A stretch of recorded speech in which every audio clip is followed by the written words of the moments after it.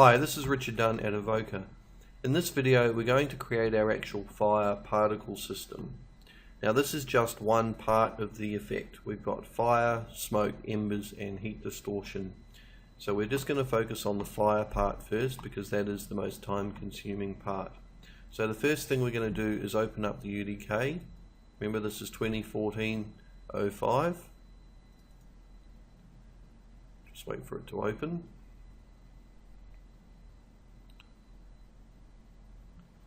And there is our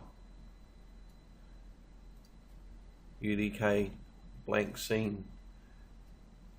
So what we're going to do is we're going to go File, Open, and we're going to go to our white box level, which you would have got from the website. And we've opened that. Now what we're going to do is open up the content browser, and we're going to go select that, and we're going to go New Package,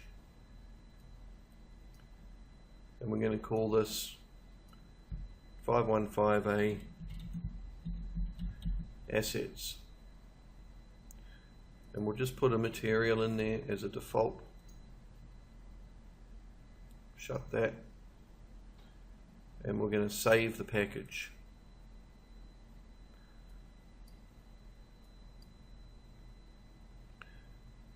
And that's just asking us to save it. Now you may put a name, your own name in here. You might choose to create a folder and call it My Package 515A or similar. Might help if I could spell.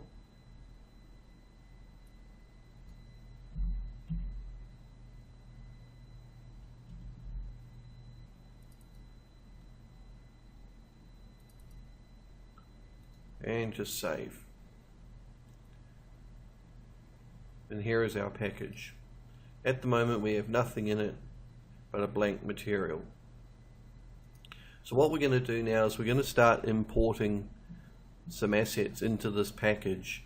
Now the golden rule with the Unreal Engine is when using assets of your own, import them into a package. When you're using assets that is given to you with the engine, you want to import a copy of those into the same package. So we'll start with importing the texture that we made this morning. So we'll go Import, and we'll go into where I made them. And there is our Torchfire Targa that we made earlier. Now we're going to give this directions. We're going to tell it to go into that package. We're going to give it a group type for searching. We're going to call it a texture. The name, Torchfire 4x1, that's fine.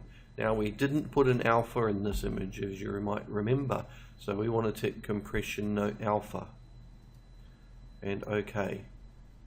And there is our fire. So again, we have the little asterisks here. That means we need to save. Done. Now the next thing we want to do is we want to find the torch that we're going to use in this scene. As you can see here, we have these torches that have been set up here. They're a little bit big, but it's fine. So what we want to do is find those original torches. So what we're going to do is search for static meshes, and we'll type in torch, enter. Now it's not going to find anything because we're only looking in our content. We need to come further up and just select on UDK game or content, and there is a torch. So what we're going to do is we're going to right click on that, and we're going to go create a copy, and we're going to tell it to go into the package that we've just created, which we called that_assets. So we'll scroll down till we find it. There it is. We're going to call this mesh because it's a model, and we'll keep the name the same. OK. and save. Now if we just clear that to make sure we've got rid of any selections, as you can see we have our model and our texture in our package ready to go. If you follow those rules, you won't have any problems with cooking or anything else later on. Now the first thing we want to do with this fire is we want to create a new particle system. So what we're going to do is we're going to right click and we're going to go New Particle System. We want to give this a name. We're going to call it a particle for the group, and we're going to call this torch fire, and we're going to OK that. And as soon as you do that, it's going to open up the particle editor. Just let me fit this into the viewport.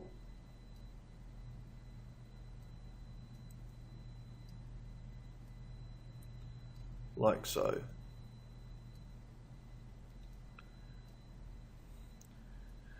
And as you can see, we have an emitter already working for us in the scene, but we have this geometry here which we don't want. This is just standard geometry that comes in with the Unreal Engine. So what we're going to do to remove that is we're going to go into View. View Geometry will turn it on and off, but it's still there. So we're going to go into View Geometry and turn it on. We're going to go into View Geometry Properties, and we're going to replace this mesh here with the one that we just got from the previous package, which was that torch. So what we want to do is just save that package. So what we're going to do is we're going to select the torch that we created. We're going to come into the particle and we're going to swap that out like so. And once that's done, we can close that.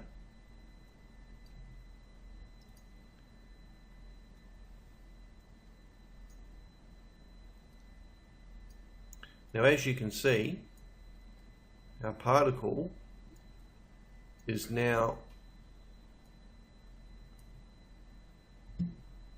emitting from the bottom of this torch, and we want it to emit from the top. So the particle is always going to emit from the origin, but what we can do is we can move the torch just to give us a slightly better result. So what we'll do is we'll come into View Geometry Properties again, and we'll come down to the primitive component. And what we want to do is we want to move this torch down so that this point goes to the bottom. So we're going to move in Z minus, so we're going to type in minus 330. As you can see now, we have something a little bit more like what we want. Now there's no save in a particle. As soon as you shut the window, it automatically is saved. And there we have the torch. So what we need to do now is we need to assign our first material. So what we're going to do now is we're going to jump out into the material editor, and we're going to make the preliminary material for this just to get the fire set up how we want it to look. So what we need to do, and go down to our package, just give that another save, and we're going to use this material. And what we're going to do is we're going to need to bring in our texture. So just drag that into there.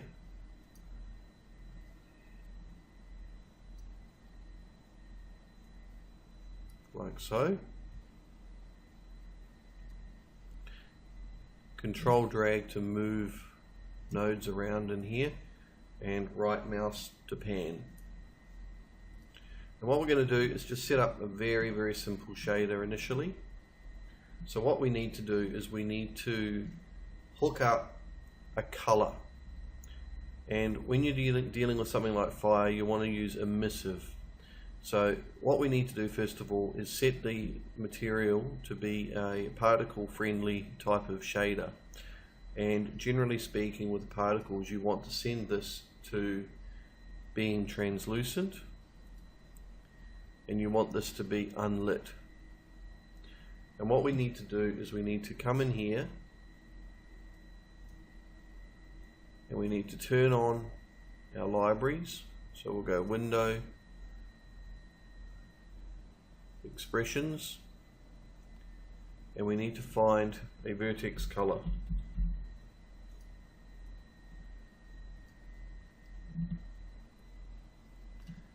This is what enables the particle editor to be able to give the particle a color. So what we're going to do is we're going to plug the RGB result into emissive,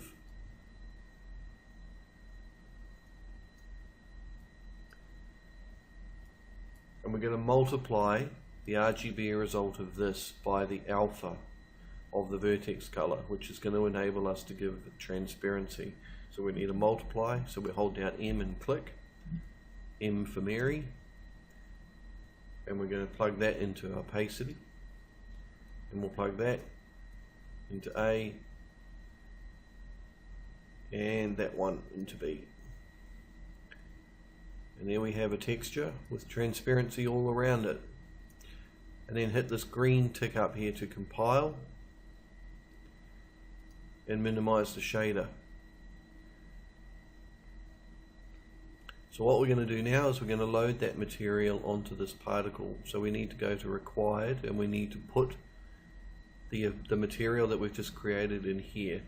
So the way that we do that is by selecting the material, which is here, and clicking the green arrow. Now as you can see, that does not look much like fire. We have a few parameters that we need to change first of all. So what we'll do first is we'll give this a name. So let's give our particle emitter a name to keep ourselves tidy. We'll call it fire. As you can see, that's updated up here. So the first thing we need to do is we need to tell this image that we're dealing with a flipbook texture. If you remember, we created the texture like this with 4 different frames across one image. So the first thing we want to do is come into required and scroll down to sub UV, and we want to tell it that we are 1 high but we are 4 across.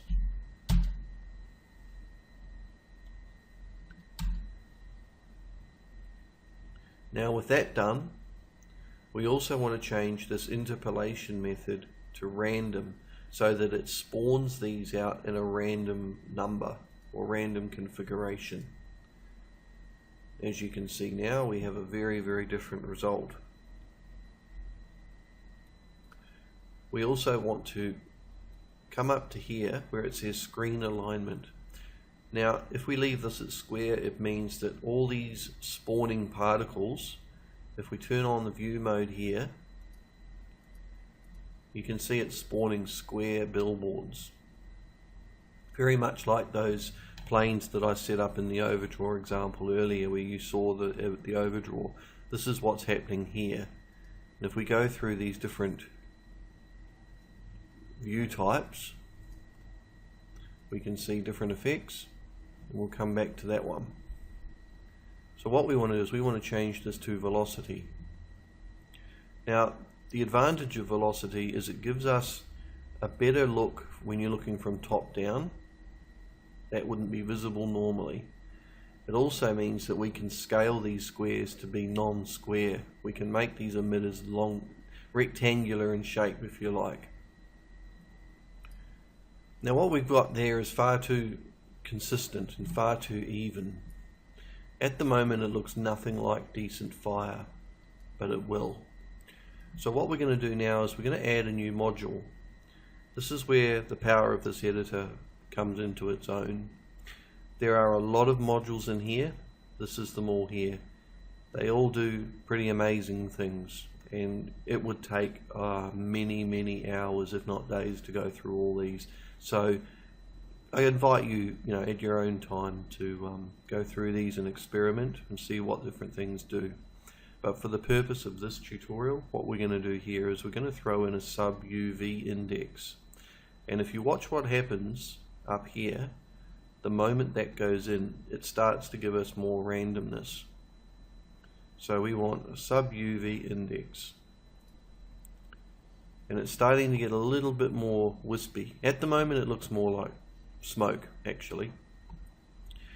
And if we click on it, we have all these options. Now we don't actually need to change anything in here, so I'm just going to close it all up and move on to the next unit. The next thing we're going to do first though is we're going to add some more spawning particles to this effect. So if we go into spawn, and what we're going to do is we're going to change this by clicking on the blue. Let's just drag that over to a float uniform. Now what this does is this gives us a min and max setting. Before we only had one number, but we want to spawn variations. So what we're going to do is we're going to type in a value such as 20 for the min and a max of say 35. Now the more you put in here, if we go to say 100 and 200, you can see it's just a lot denser, and that's contributing to excessive overdraw. You've got too many particles. Basically you want to use as few as you can to get the effect that you want. So by previous testing, I know that 20 and 35 is a good number. What we're going to do now is we're going to actually give this some color, because it's pretty uninspiring looking at these white puffs of what looks like smoke. So what we're going to do is we're going to come down to this node that's already in here called color over life. And this color over life has two parts to it. It has the color and it has the alpha, or the transparency. Here's the alpha and here's the color. So for the color, we're actually going to set it to constant. And we do that by setting it there. So we go in there and we select constant. That will give us X, Y, Z, or in this case RGB. This equates to red, green and blue, just like we were talking about in Photoshop. At the moment we've lost our images because it's now gone to 0, which is black. So our images are still there, they're still spawning, but they're not rendering because they're black. So what we're going to do is we're going to set this to some preliminary colors. Let's try 50, 10 and 2. Now we have something that looks a little bit more like fire.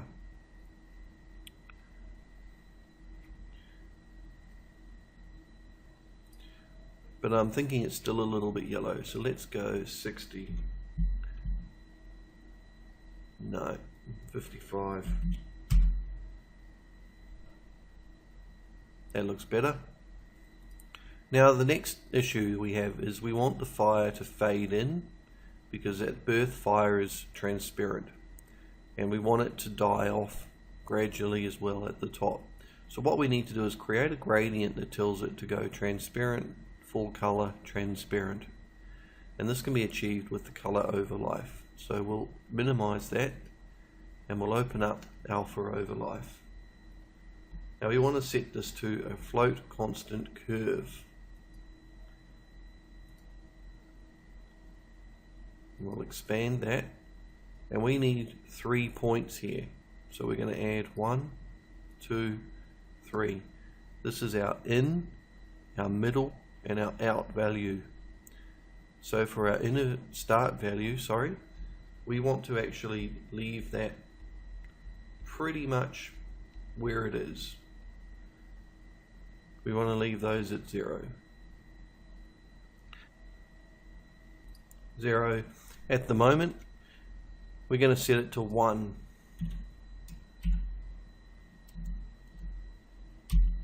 Like so. Now we've given ourselves an end point and a start point. So what we can do is visually see this, is to graph it.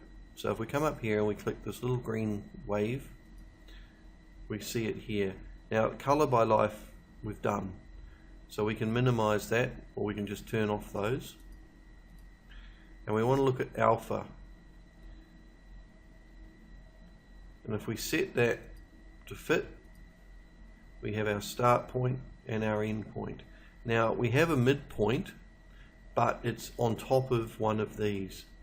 So if we come into our middle point, 0 is our first point, which is this one.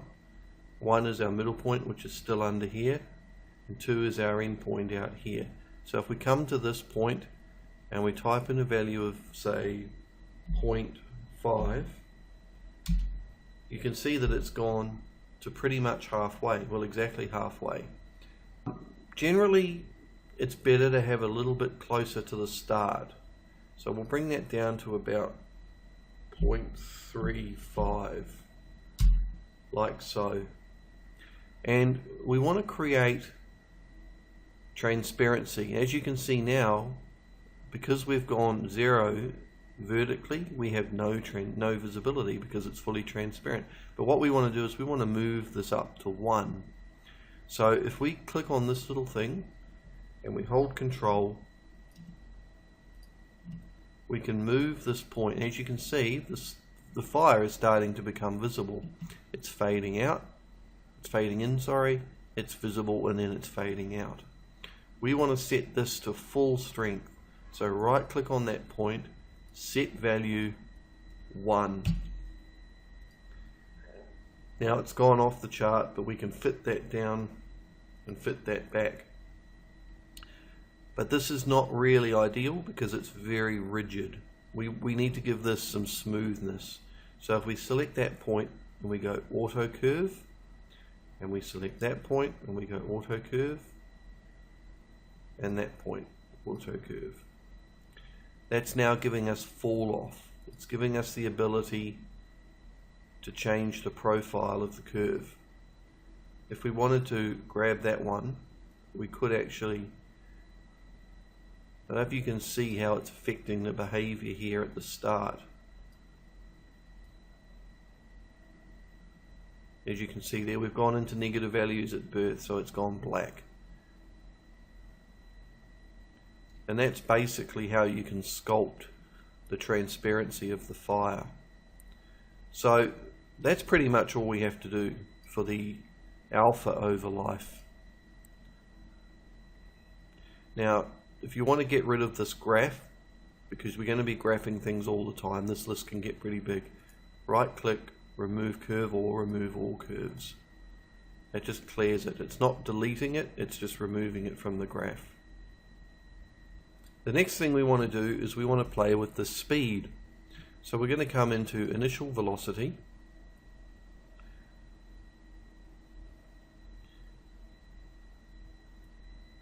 Let's move that over.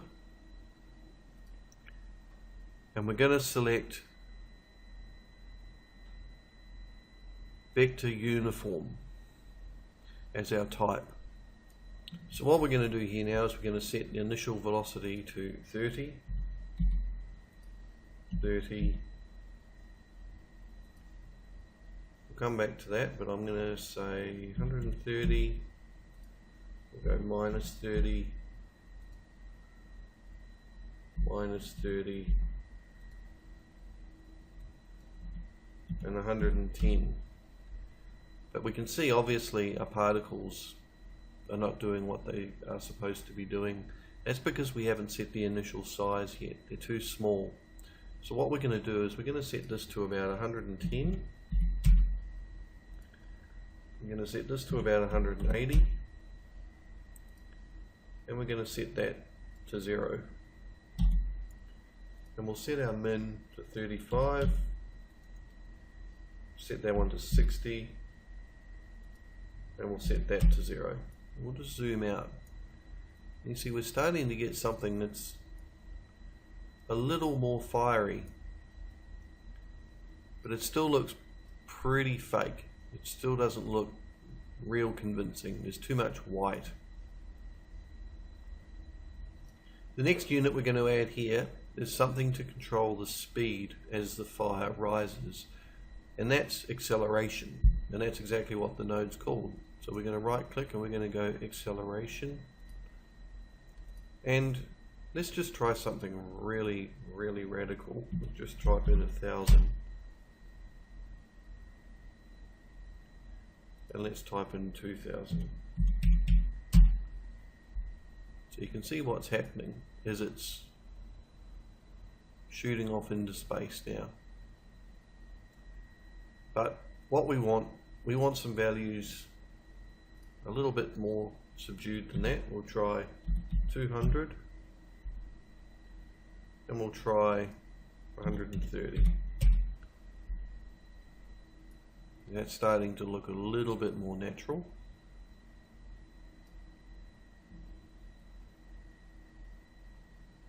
We don't need to change any of these other values because we're only interested in what's happening in Z. And as we can see, there's still some issues with how these particles are spawning. They seem to be spawning too long. Some of them are spawning for too long. So what we're going to do is we're going to come into the lifetime and we're going to set the minimum to about 0.6 and we'll set the max to about 0.8. Yeah, it's still not quite there. So let's try 0.4 and let's try about 0.5.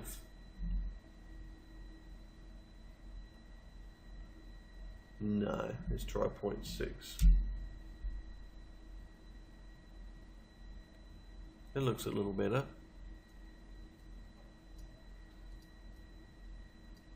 0.58. Very sensitive numbers.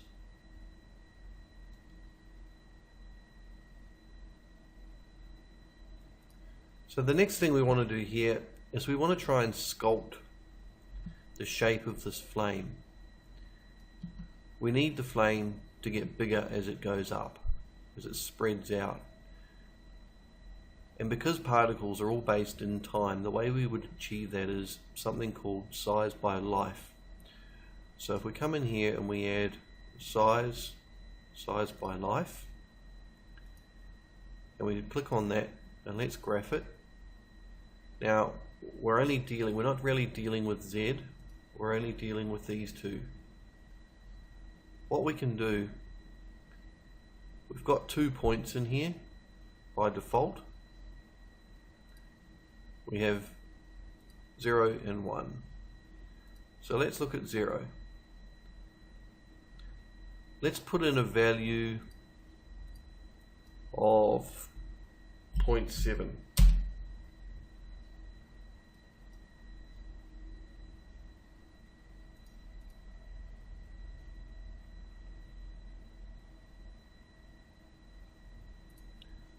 And we'll add a value of about 0.4. You watch what happens to the shape.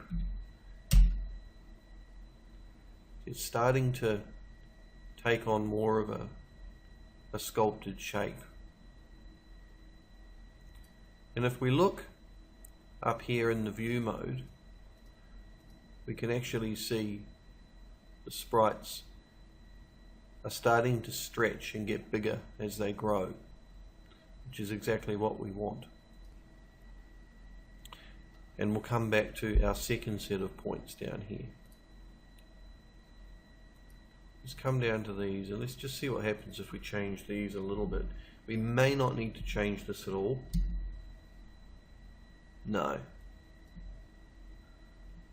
we'll just leave those alone. Okay, so the next thing we need to look at in the next video, we'll talk about how we're going to break this up even further and how we're going to get these flames to emanate from a large area. At the moment they're spawning from a single point.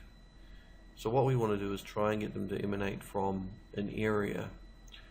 So we'll cover that when we come back.